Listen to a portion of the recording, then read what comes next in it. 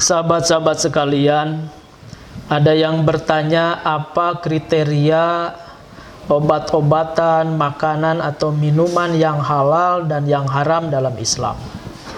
Saya sampaikan dulu yang halal dalam Islam, baik itu obat-obatan termasuk di dalamnya vaksin, ataupun minuman, ataupun makanan, itu setidaknya satu, jika memaslahatkan badan. Dengan meminumnya badan kita jadi sehat, dengan meminumnya badan kita jadi sembuh, dengan memakan dan meminumnya badan kita jadi positif, gitu ya. Artinya tidak ada kemadaratan ke dalam tubuh kita.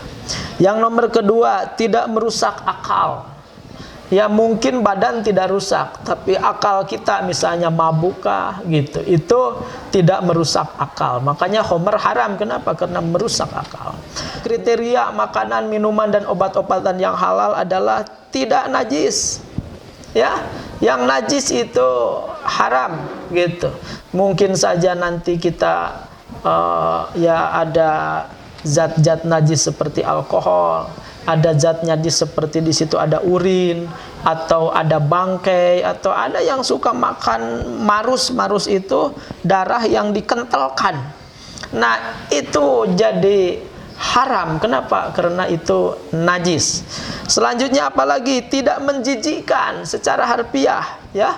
Ya artinya itu memang sangat subjektif. Orang Indonesia belut itu tidak jijik, tapi orang Arab belut itu ular katanya, jadi jijik mereka. Selanjutnya orang Arab dob, biawak itu mereka halal karena biawak itu di tempat kering gersang, biawak itu bersih. Tapi kalau biawak kita banyak lendirnya, banyak bakteri di mulutnya, ya itu bisa jadi haram. Kenapa? Karena menjijikkan, ya, menjijikkan secara fitrahnya. Selanjutnya yang nomor kelima, ya makanan, minuman dan obat-obatannya milik kita. Artinya bisa dikonsumsi kalau walaupun suci, bersih, bermanfaat. Tapi kalau milik orang mah ya nyuri, nyolong gitu ya, tidak bisa. Atau ya diberi izin walaupun bukan milik kita, diberi izin oleh orang lain untuk makan, minum gitu ya, obat, makanan dan minuman itu. Selanjutnya juga ya kita harus dipastikan bahan bakunya halal gitu. Itu kriteria makanan, minuman dan obat-obatan yang halal.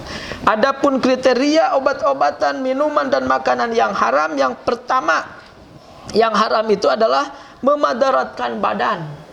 Badan jadi sakit, badan jadi lemah, itu haram ya. Wala tulqu biaidikum ila tahlukah. Maka tidak sedikit ulama yang mengharamkan rokok karena secara jangka panjang itu merusak ya tubuh kita dari dalam gitu.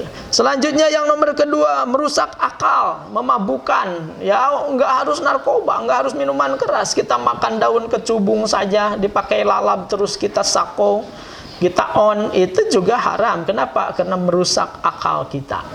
Selanjutnya yang ketiga, najis, ya kullu najsin ya muharraman. Setiap yang najis itu memang diharamkan lil akli, untuk makannya gitu. Jadi ya najis itu haram.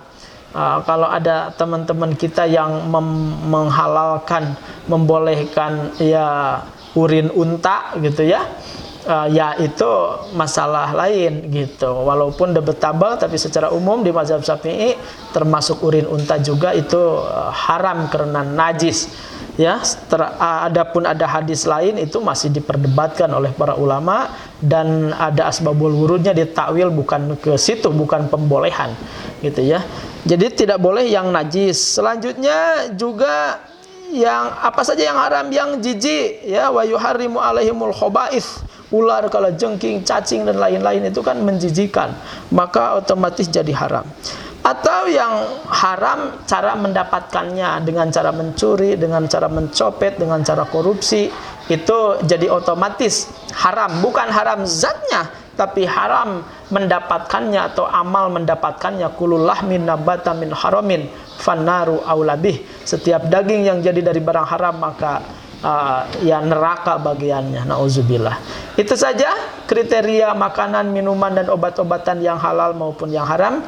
Mudah-mudahan maklum adanya, jadi panduan kita untuk mengkonsumsi obat-obatan, minuman, atau makanan.